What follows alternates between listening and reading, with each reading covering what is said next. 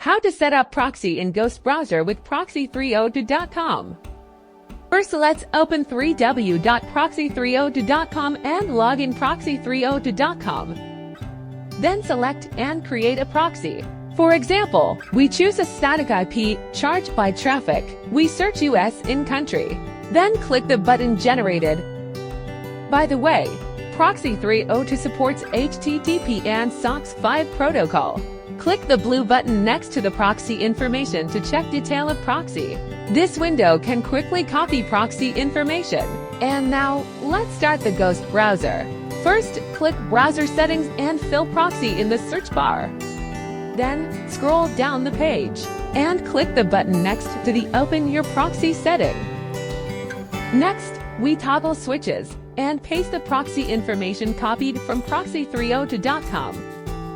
We click the Save and create a new tab in browser. We create a new tab, then we turn to this website to test.